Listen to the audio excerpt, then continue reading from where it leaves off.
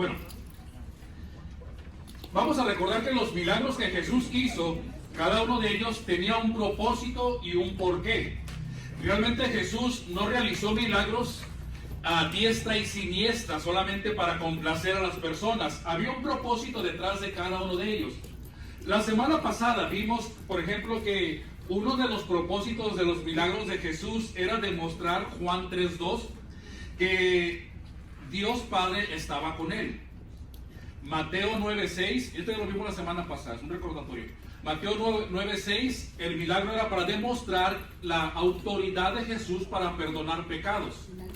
Juan 7:21, demostrar que Jesús era el Mesías. Mateo 14:33, demostrar que era el Hijo de Dios. También vamos a recordar que a través de la serie vamos a estudiar o tratar de ver, ¿verdad?, los milagros que nos da la información. ¿Qué es lo que ocurría antes y qué ocurrió después del milagro? ¿Cuál fue el propósito del milagro? ¿A quién le hizo el milagro? ¿Qué pasó con la persona que recibió el milagro? Y probablemente en algunos ejemplos vamos a ver lo que hicieron los testigos del milagro. Algunos lo rechazaron, otros creyeron. Así que vamos a ver varias etapas de los milagros, ¿verdad?, conforme a la información que se nos presente en la Biblia. La semana pasada vimos el primer milagro de Jesús. ¿Recuerda cuando convirtió agua en vino en unas bodas en la ciudad de Canaán? Bueno, el propósito de este milagro fue ¿cuál? Que los discípulos que estaban con él al principio, apenas se llevaban unos pocos días siguiendo a Jesús, que los discípulos creyeran en él. Mire, Juan no lo dice, no estamos inventando. El principio de señales hizo Jesús en Caná de Galilea y manifestó su gloria y sus discípulos creyeron en él. O sea, Juan no dice y el novio creyó en él, o el maestresala, o los sirvientes, o los invitados, sino que el enfoque del milagro de Jesús era que sus discípulos creyeran en él. Bueno, después del milagro, Jesús, usted puede seguir leyendo, salió de Caná de Galilea y se fue a otras regiones junto con los discípulos. Empezó a hacer más milagros, infinidad de ellos. Sanó, por ejemplo, sanó a un leproso, sanó a la suegra de Pedro. Y creo que por eso Pedro siempre andaba como de mal humor, ¿verdad? Sanó a la suegra de Pedro, sanó a un paralítico, entre muchas otras cosas. Para este tiempo que vamos a ver hoy, Jesús ya no es el desconocido que había sido invitado a unas bodas. Para este tiempo ya las personas empiezan a escuchar y a ver más a Jesús. Tanto que al ponerse el sol en algunas ciudades, todos los que tenían enfermos de diversas enfermedades los traían a él, y él, poniendo las manos sobre cada uno de ellos, ¿qué hacía? Los sanaba. En casi todas las sanaciones que Jesús hizo, podríamos decir el 99% de ellas hasta ahorita, Jesús ha estado presente, podríamos decir, ha estado con las personas, ha tenido contacto físico con las personas, ha puesto las manos, los ha tocado, o inclusive ha hablado con ellos. Pero ahora el milagro que Juan nos presenta, recuerda que Juan fue el último de los 4 evangelios que se escribieron, y Juan nos va a demostrar un milagro en el cual Jesús hizo y no tuvo que estar presente, o sea, no tuvo que tocar ni ver a la persona que va a sanar. Fue un milagro a larga distancia, ¿okay? Es lo que vamos a ver. Juan nos dice en el capítulo 4 que la persona enferma era un hijo, o sea, un muchacho. Ahora, este muchacho era el hijo del oficial de un rey. Y algo que me llama la atención es de que Juan no menciona la edad del enfermo. No sabemos si es un bebé, no sabemos si es un joven, un adolescente, o inclusive una persona adulta, ya incluso o casada. Probablemente, yo creo que la edad es lo de menos. No importa. ¿Por qué? Porque para el padre no hay nada más difícil que ver sufrir a un hijo, sin importar la edad que éste pueda tener. Porque cuando los hijos sufren, nos gustaría tener poderes especiales. No sé si a usted le ha pasado eso. Nos gustaría tener poderes especiales para aliviar los dolores, quitar fiebres, sanar enfermedades, sanar heridas, curar cortadas, detener las lágrimas. O sea, básicamente, por no verlos sufrir a los hijos, estaríamos dispuestos nosotros los padres a tomar el lugar de ellos. La impotencia de no poder hacer nada te consume. No sé si usted ha pasado por alguna experiencia en la cual usted ha sufrido por sus hijos. Los ha visto sufrir, los ha visto en la enfermedad. Y dice, usted implora al Señor para que usted pueda tomar el lugar de ellos. Señor, ponme a mí en su lugar, pero a él sánalo. Hay cosas que los padres hacen por los hijos cuando están necesitados que yo creo que ninguna otra persona haría. Yo recuerdo cuando mi hermano Ismael estaba bebito, tenía unos meses de nacido. Yo tendría unos 6 años, 6, 7 años probablemente. Él sufría de una enfermedad no sé si enfermedad, pero él sufría de algo que cuando lloraba se iba. No sé si usted, que se quedan sin respiración. Pero con él parecía que era muy serio porque se ponía gris, los labios morados, o sea, perdía el aire. Y recuerdo cierta ocasión que eso ocurrió. Y yo solamente recuerdo que mi madre agarró era un bebito, y salió corriendo de la casa. Y teníamos un tío que es médico que vivía cruzando la calle, pero lateral, cruzando la calle para un lado. Y recuerdo que todos salimos corriendo, mi madre con el niño. Y yo iba atrás de ella, y esto nunca se me olvida, eso siempre lo tengo bien presente, las palabras que yo le iba diciendo a ella. Yo iba atrás de ella diciéndole, pídele a Dios que no se muera. Fue lo único que recuerdo yo haberle dicho, y se lo gritaba, pídele a Dios que no se muera. Pero imagínense una familia corriendo, cruzando la calle, a gritos, desesperados. La gente que lo haya visto ha dicho, estos locos que tienen. Pero hay momentos en que no importa lo que pase, tú vas a hacer lo que sea por sanar a tu hijo, por ayudar a tu hijo. El padre que vamos a ver hoy no va a ser la excepción. Él va a demostrar que está dispuesto a hacer todo por ayudar a su hijo. Ahora, los versículos que introducen la historia, no sé si usted la ha leído, la hemos leído varias veces. Los versículos que introducen la historia nos hace saber que en Galilea, recuerde que Galilea fue la ciudad donde creció y vivió Jesús la mayor parte de su vida. La gente lo seguía, no por quién era, sino por lo que él hacía. ¿Ok? Vamos a ver. Mire cómo empieza Juan la historia de este milagro. 2 días después, salió de allí, o sea, salió Jesús y fue a Galilea. Bueno, ¿salió de dónde? Si usted lee el capítulo, el pasaje anterior, salió de Samaria. Jesús acaba de hablar con la mujer samaritana. La pregunta es, ¿por qué Juan relaciona lo que pasó en Samaria con esa mujer? ¿Por qué lo usa para introducir el milagro que vamos a ver hoy? ¿Cuál es la relación? ¿Para qué lo menciona?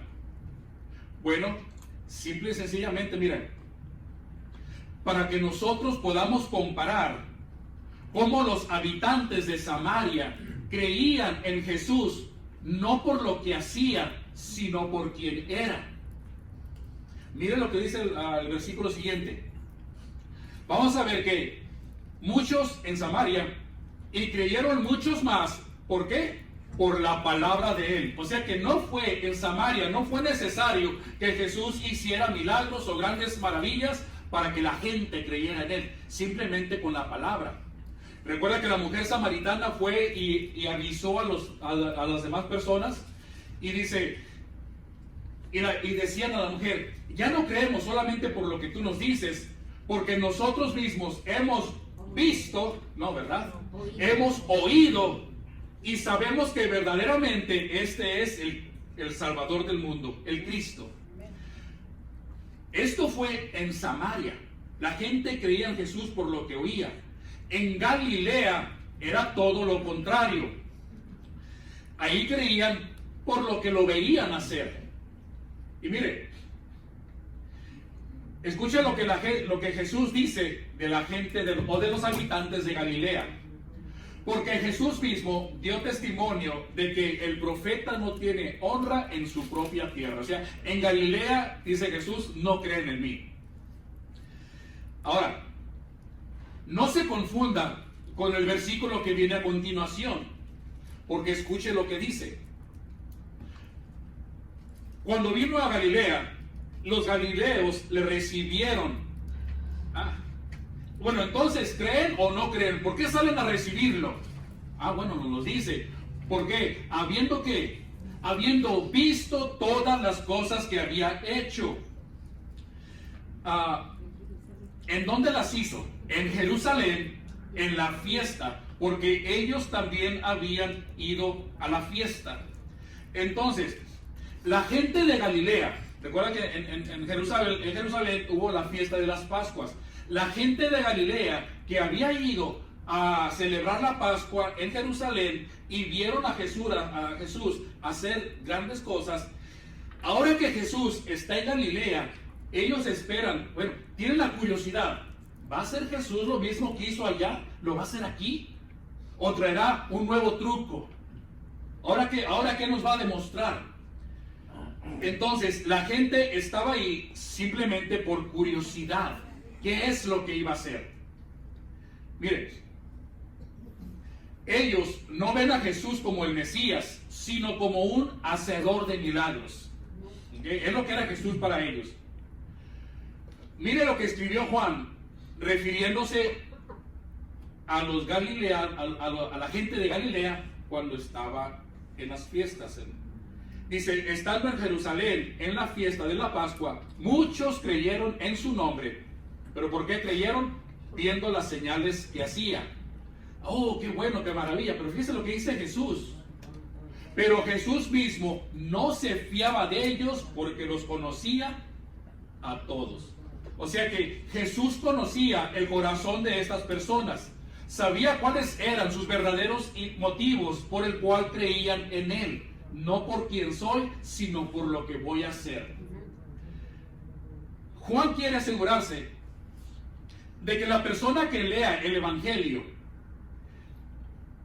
entendamos que los que ahora lo están recibiendo en Galilea, toda esa gente que recibió en Galilea, que lo están haciendo no con las intenciones correctas, no con buenos propósitos, y además de que son los mismos que estaban allá viendo a Jesús en las fiestas.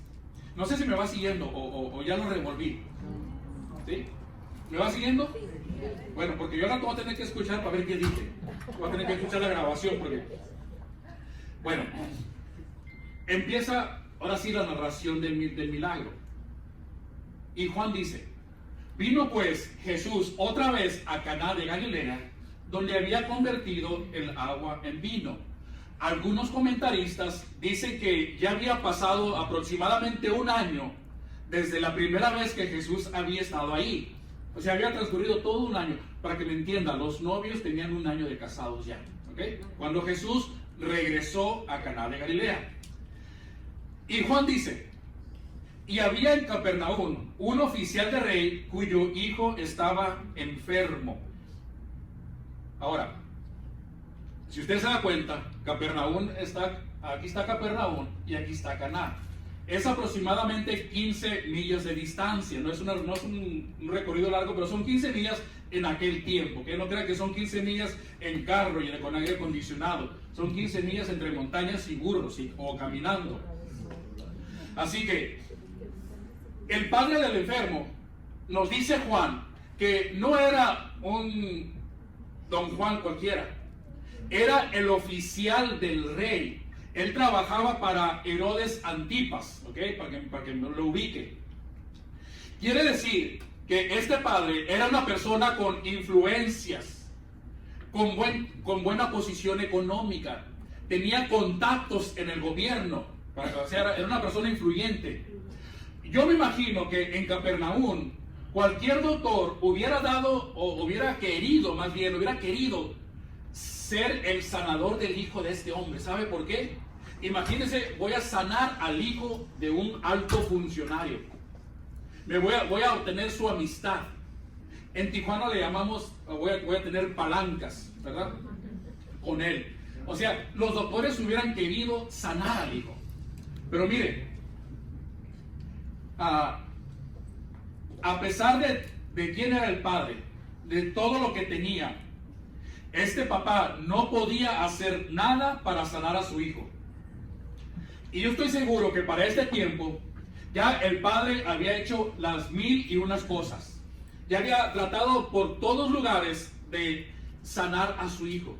Me imagino que hizo lo mismo que la mujer que la mujer que tenía el flujo de sangre, ¿recuerdan? ¿Qué hizo ella antes de ir a Jesús? Bueno, había sufrido mucho de muchos médicos. Quiere decir que andaba de médico en médico. Y se había gastado todo lo que tenía. Y nada había aprovechado, sino que le iba peor.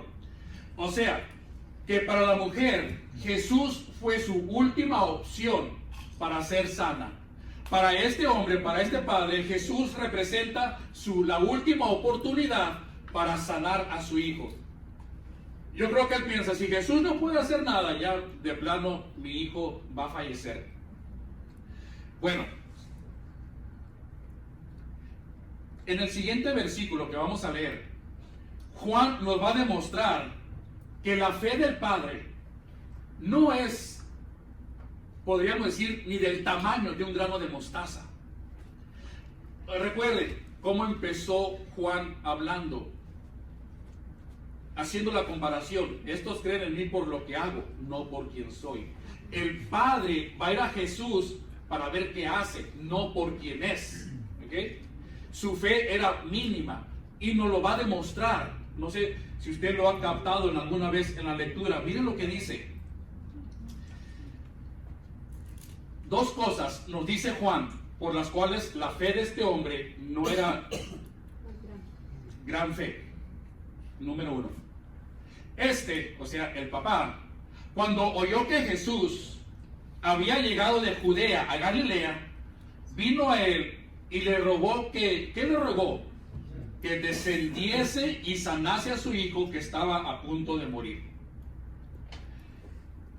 Papá cree, por lo que estamos leyendo, que para que su hijo sane, Jesús tiene que ir con él a Capernaum. Dice, desciende, le estoy rogando para que vaya conmigo a Capernaum. Yo quiero que vaya y lo toque y lo vea, que hable con él. Si Jesús no va, la creencia de este padre es de que su hijo no va a sanar. ¿Okay? Él piensa que Jesús tiene que estar presente para que Jesús pueda hacer el milagro. Si Jesús no va, no hay ninguna oportunidad de que su hijo sane. Mire, muy diferente a la fe que tuvo un gentil en Jesús. Las mismas circunstancias, casi idénticas, pero vean la diferencia entre la fe de uno y la fe de otro. Este es un gentil. Era ¿cómo le llaman? Era un soldado romano. Era un centurión, ya me acordé. Era un centurión, era una persona que tenía a cargo grandes los ejércitos de Roma, ¿ok?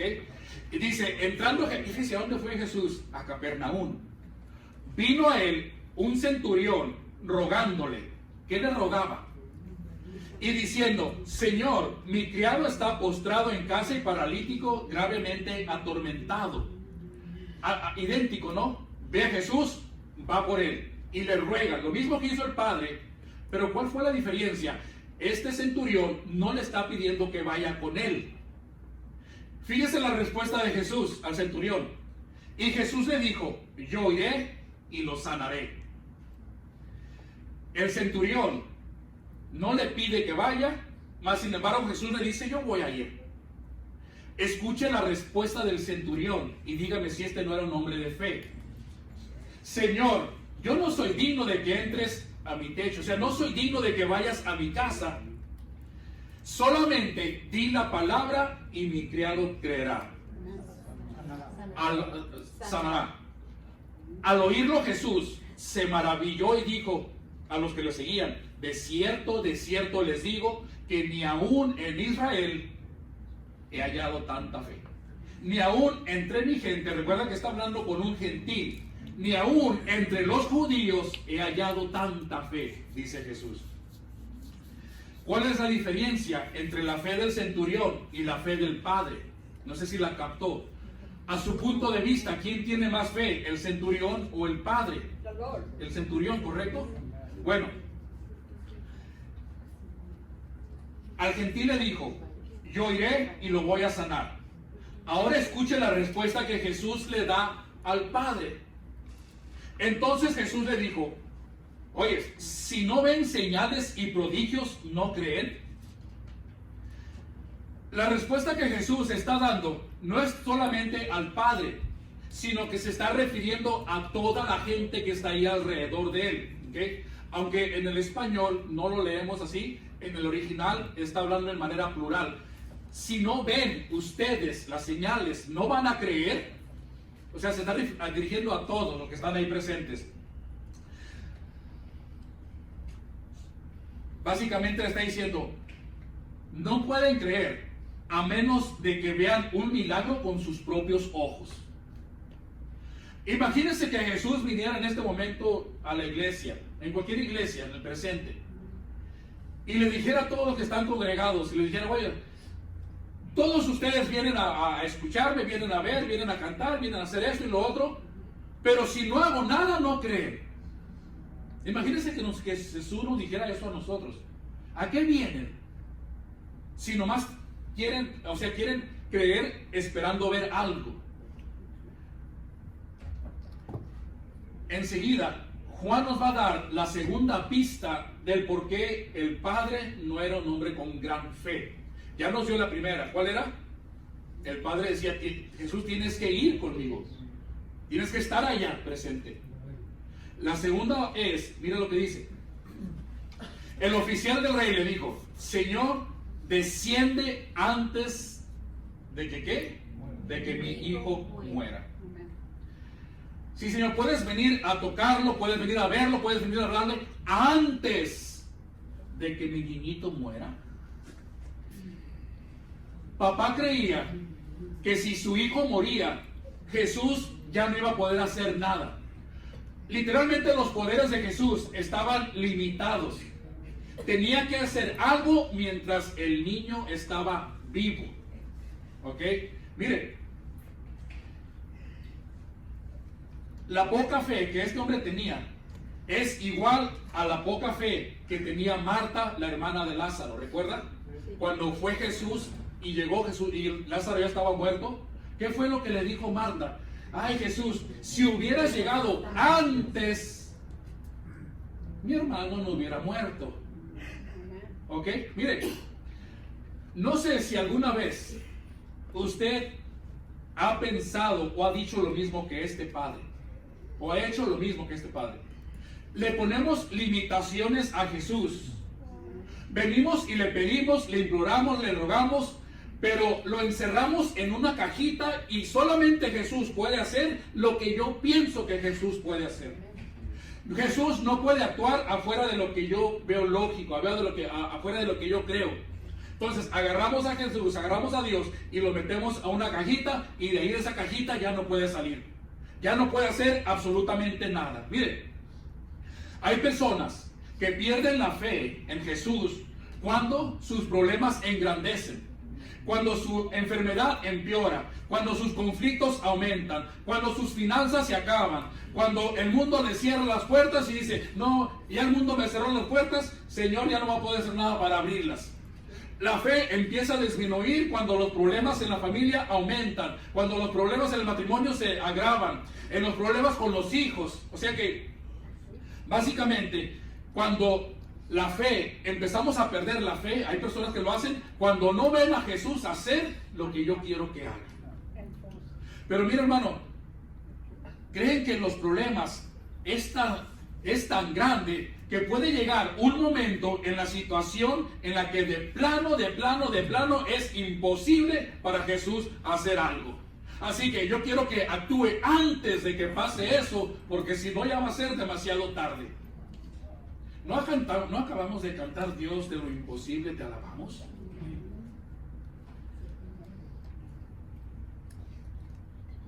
¿Cuántas veces usted ha pensado, si Jesús hubiera llegado antes, probablemente no hubiera pasado esto? Mi matrimonio no estuviera así, mis hijos no estuvieran así, mi esposo no fuera esto, mi esposa no estuviera aquí. Le ponemos límites a lo que Jesús puede hacer, igual que lo está haciendo este padre. Quiero que vayas antes de que mi hijo muera, porque si no ya no se va a ceder nada. Mira, hermano, Dios siempre llega en el momento adecuado, en el momento preciso.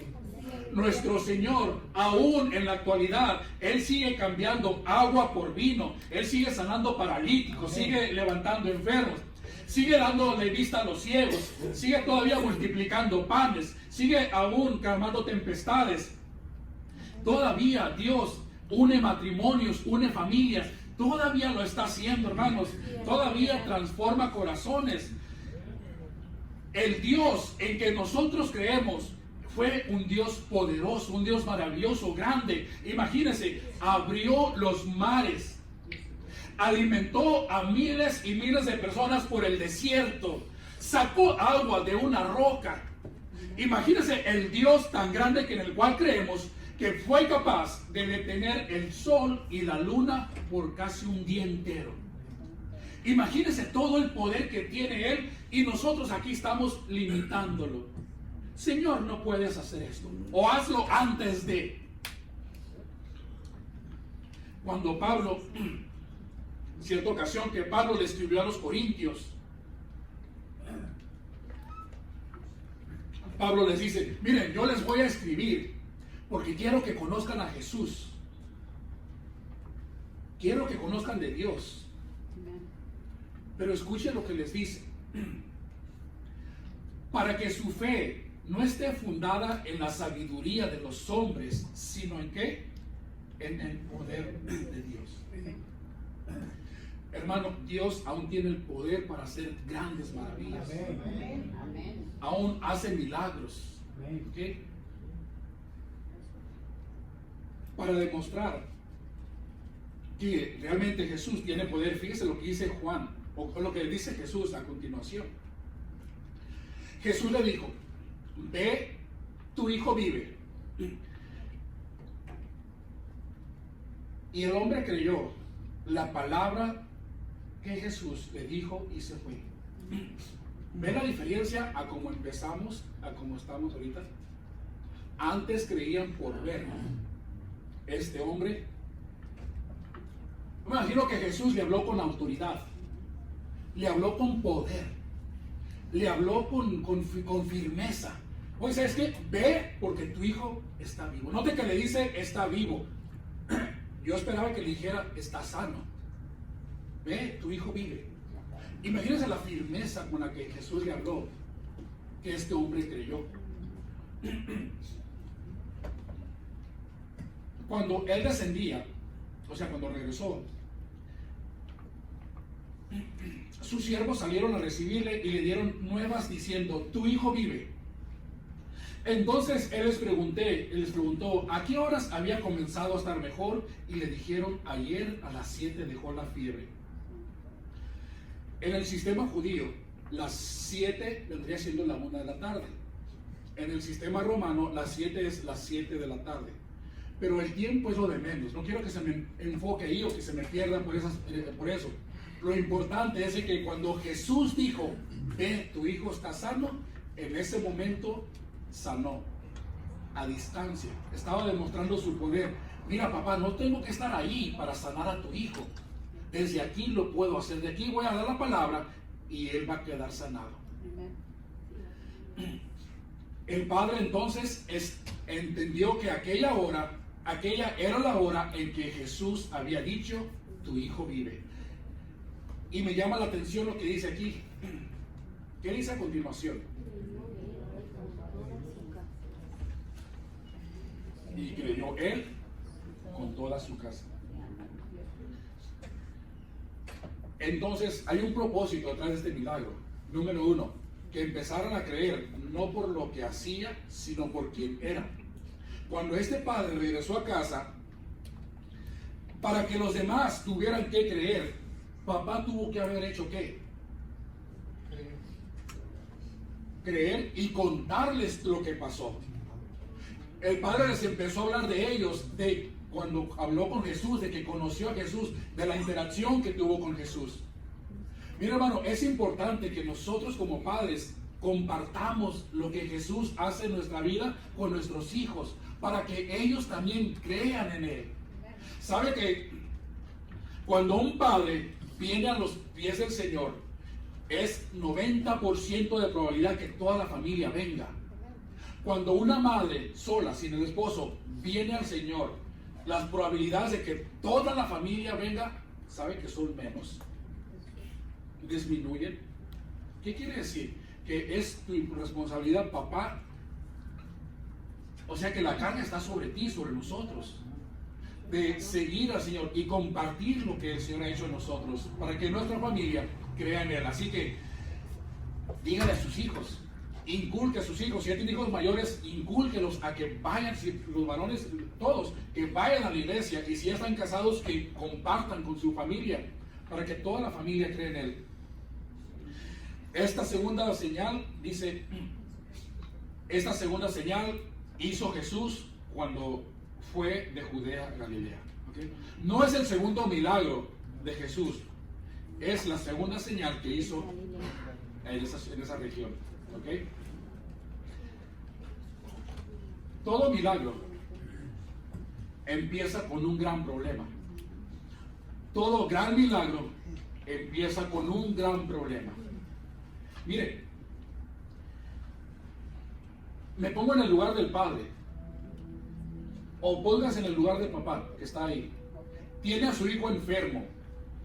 De alguna manera, a pesar de todo el dinero y todo lo que él tenía, no pudo llevarse a su hijo de Caná a Jesús, de Capernaum a Jesús.